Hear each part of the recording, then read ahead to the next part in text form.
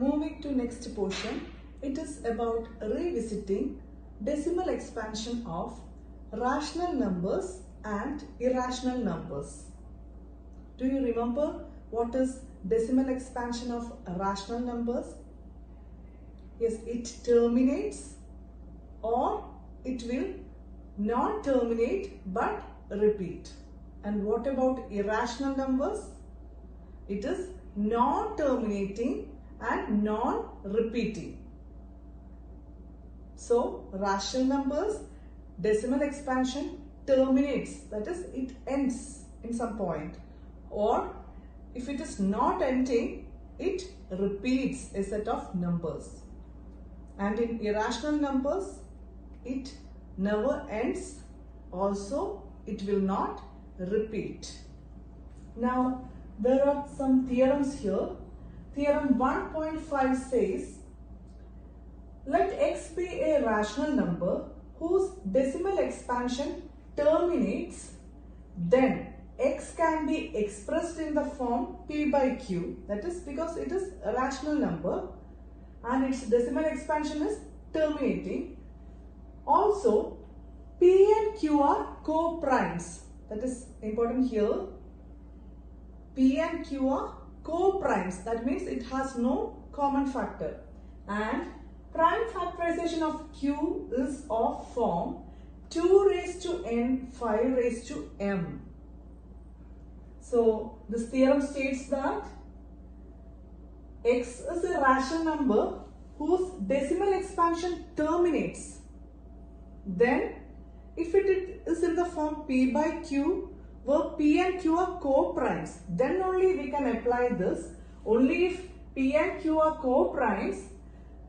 Now, considering q, it is in the form 2 raised to n, 5 raised to m, where n and m are non-negative integers. Here n and m are non-negative. Non-negative integers means either it may be 0 or positive integers. Now, theorem 1.6. It is the reverse of this theorem. This theorem says whose decimal expansion terminates, then q is of the form 2 raised to n, 5 raised to m. Now this is reverse. First we are talking about prime factorization of q here. Look, let x is equal to p by q be a rational number such that prime factorization of q is of the form 2 raised to n, 5 raised to m. N and m are non-negative integers. Then x has decimal expansion terminates. This was first talking about decimal expansion terminating. Then in the case of q, it is 2 raised to n, 5 raised to m. Here it says if q is of the form 2 raised to n, 5 raised to m, then decimal expansion terminates. Reverse theorems. Both are reverse. Now, rational number. Considering rational number, there is decimal expansion which is not terminating but repeating. For that, this is the theorem. Let x is equal to p by q be a rational number such that prime factorization of q is not of the form 2 raised to n, 5 raised to m. N and m are non-negative integers. Then x has a decimal expansion which is not terminating, repeating. If it is of the form 2 raised to n, 5 raised to m, it is terminating decimal expansion. If it is not of the form 2 raised to n, 5 raised to m, then it is not terminating but repeating. Now we can do some problems here.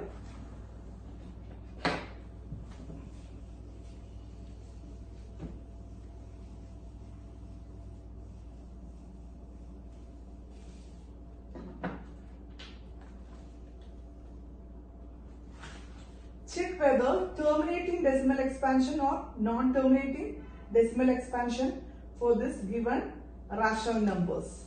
We have to check. First one is 13 by 3125. Now, how will you check this?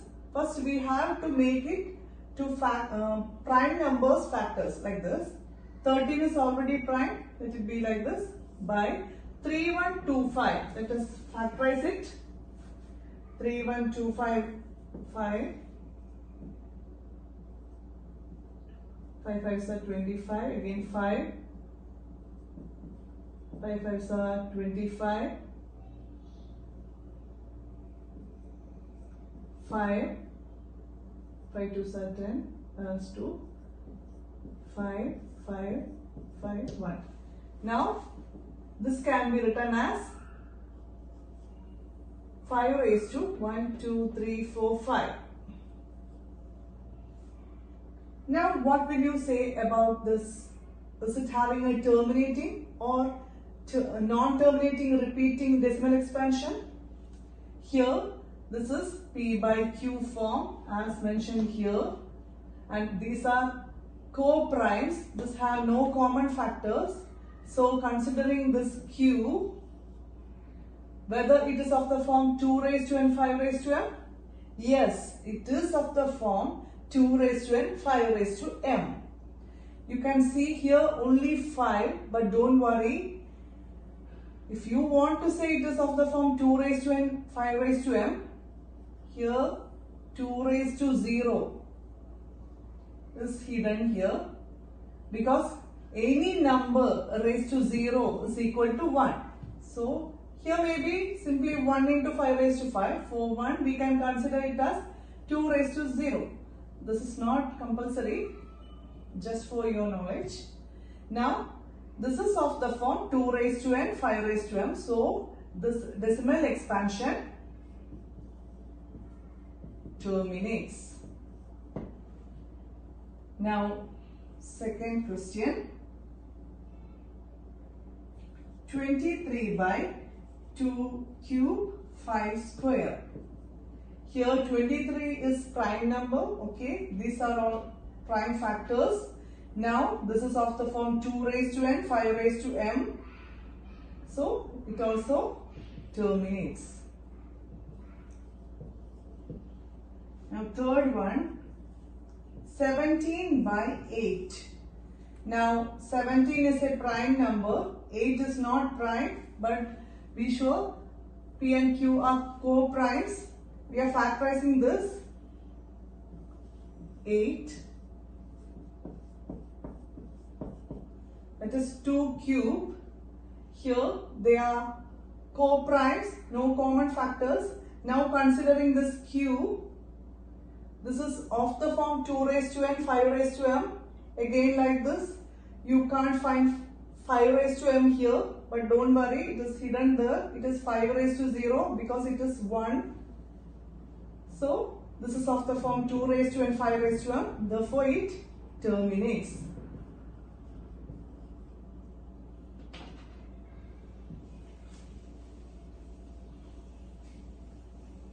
Now next question.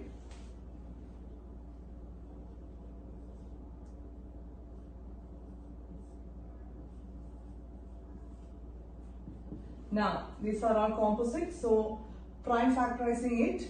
15, you will get 3 into 5. Now 1600. When you factorize,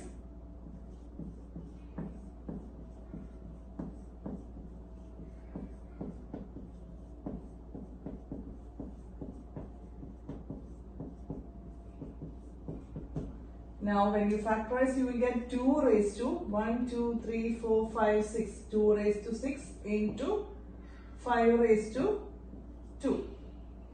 Here this is of the form 2 raised to n 5 raised to m. So it terminates. Next question. 29 by 343. Now 29 is prime number. 343 is a composite number. We want to factorize it. 343. I think it goes in 7.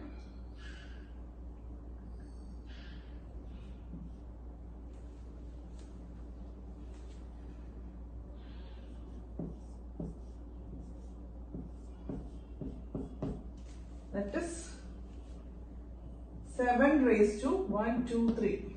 3. Now, here this is not, these are co-primes, but this is not of the form 2 raised to n, 5 raised to m. There is a 7 here, 7 raised to 3. So we can say the decimal expansion is, if it is terminating, you will get 2 raised to n, 5 raised to m form. Here this is 7 raised to. So you can say about the decimal expansion, it is non-terminating but recurring. This is the decimal expansion. Now next one, 129 by 2 square, 5 raised to 7, 7 raised to 5. Again, 129 is 3 into 43 prime factors. This is again 2 square, 5 raised to 7, 7 raised to 5. Here we can see 2 raised to n, 5 raised to m, but also along with it there is 7 raised to 5. So again, non-terminating. We must not have any other values other than 2 raised to n, 5 raised to. So here it is again non-terminating recurring.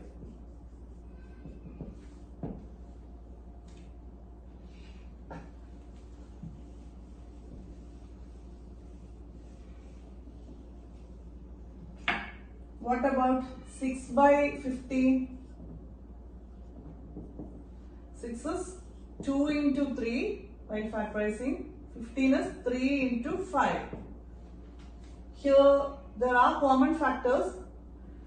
P and Q must be co-primes. So cancelling this common factors, we will get 2 by 5. Now what will you say about this? There is only 5 here.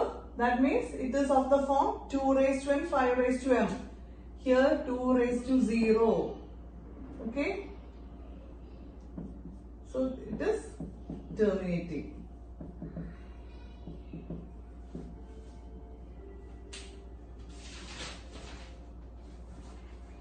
Now moving to the next type of questions. Without doing actual division, find the decimal expansion of the given numbers. First one, 13 by 3125. We don't want to perform the long division method. We can write it as 13 by 3125. Factorizing, you will get 5 raised to 5. We did it before. 13 by 5 raised to 5. Now, without doing long division, how will you get the answer? We can do the multiplication. So, we want to make it to a simple way. If the decimal is 10, 100, 1000, the denominator is 10, 100, 1000, it is easy for us to divide. Because if there is 10, the decimal point is after 1 digit. Then if it is 100, we will take 2 points after decimals. If it is 1000, 3 point, number of zeros in that. 10, 1 0, so 1 point. 100, 2 zeros, so 2 numbers before after decimal, like that. So we want to make this as 10th powers. So how will you make this to 10th power? If there was only one 5, to make it 10, we will multiply it with 1, 2. Here there are 5 5s. So you want to multiply it with 2 raised to 5. That is 5 times 2. Then only we will get correct answer. If there is 5 raised to 5, you want to multiply it with 2 raised to 5. If it was 5 raised to 3, then you will multiply it with 2 raised to 3. Now you can't do it only in the denominator. To balance this, you want to multiply it in the numerator also. Then only it will balance. So here 13 into 2 raised to 5 is 32 by 5 raised to 5 into 2 raised to 5 is 10 raised to 5. Now it's equal to 13 into 32, 416 divided by 10 raised to 5.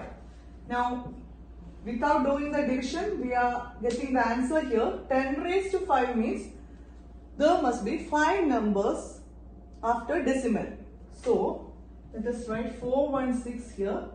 1, 2, 3, 4, 5. Now decimal, put a 0 here.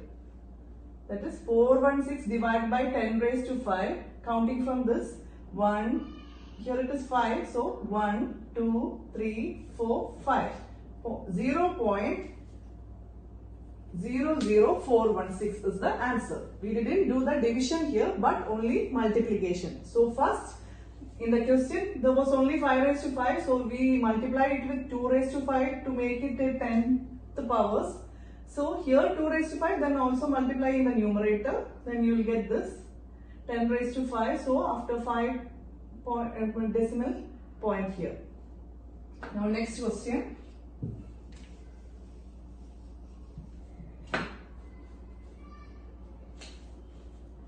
(17 by 8), which is equal to 17 by 8 is 2 cube. Now we want to make it 10. So here there is 2 cube. To make it 10, you can multiply it with 5 cube. Then it will become 10 cube. If you are doing multiplication in the denominator, here also you want to multiply. Then it becomes 17 into 5 raised to 5, 17 into 5 into 5 into 5. That is 2125 by 10 cube. Now in the answer, 3 numbers after decimal. So 1, 2, 3. Here you will put the decimal. 2.125 is the answer. 5 cube is 125. 125 into 17, 2125.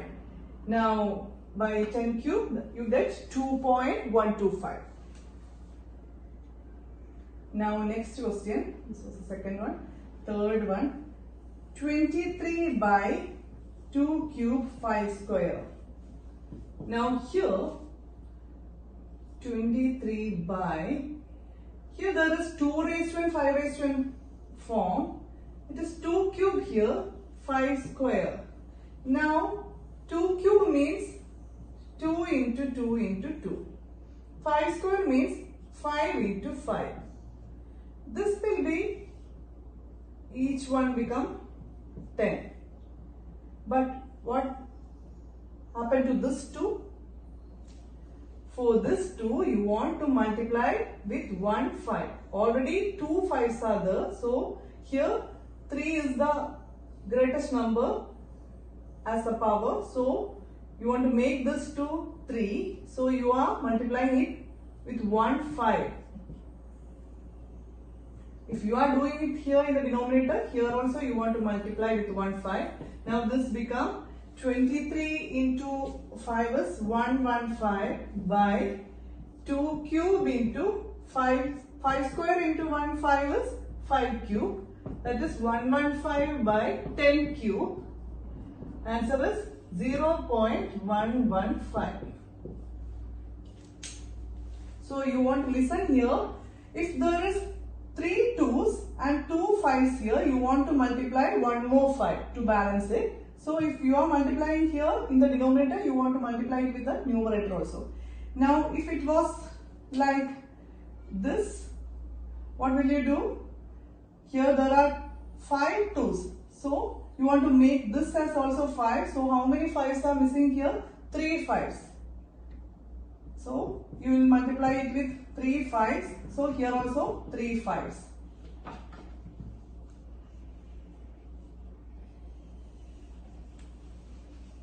Now if it is like this, what will you do? Here there are 2 raised to 3 and 5 raised to 7. Here 2 raised to 4 is missing. 4 2's are missing here. Then only you can balance this. So multiply it with 2 raised to 4. So here 2 raised to 4. Then this becomes 10 raised to 4. Otherwise it will not become 10 raised to 4. Otherwise it will become here, if this was there, it will become 10 cube into 5 raised to 4. So to make it as 10 raised to 4, you want to multiply this with 2 raised to 4. Then you will get 10 raised to 4, 10 raised to 7 here. 10 raised to 7. So like that you want to balance it with multiplying with 2 and 5. Now next question is, check rational number or not. If they are rational, what about the prime factors of Q in P by Q? First question. 43.1, 2, 3, 4, 5, 6, 7, 8, 9. Check whether this is rational or not. If it is rational, what can you say about the Q in P by Q? Now this is rational because it terminated, right? Now what about the Q if it was in the form P by Q? You can say if it is terminating, then by theorem 1.5, if it is terminating, then Q will be of the form 2 raised to n, 5 raised to m. Now second question, 0.120, 1200, 12000, 12000, like this. Is this terminating? No, it is not terminating. Non-terminating, it is going like that. Now, is it repeating? No, it is not repeating. So, is it rational number? No. If it was a rational number, it will repeat. So, this is irrational. So, we cannot say anything about Q. So, this is irrational. Now, third one, 43.1, 2, 3, 4, 5, 6, 7, 8, 9. This is denoting the repetition.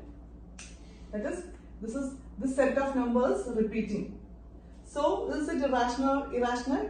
It is rational because it is not terminating but repeating. Now, what about the Q if it is in the form P by Q? If it was terminating, the Q will be of 2 raised to n, 5 raised to n. This is non-terminating. So, we can say Q is not of the form 2 raised to n, 5 raised to m. This is all in this chapter. We can later do some more questions from this chapter. This is from textbook. We did all this from the textbook. We can later do some more questions. Okay? Thank you.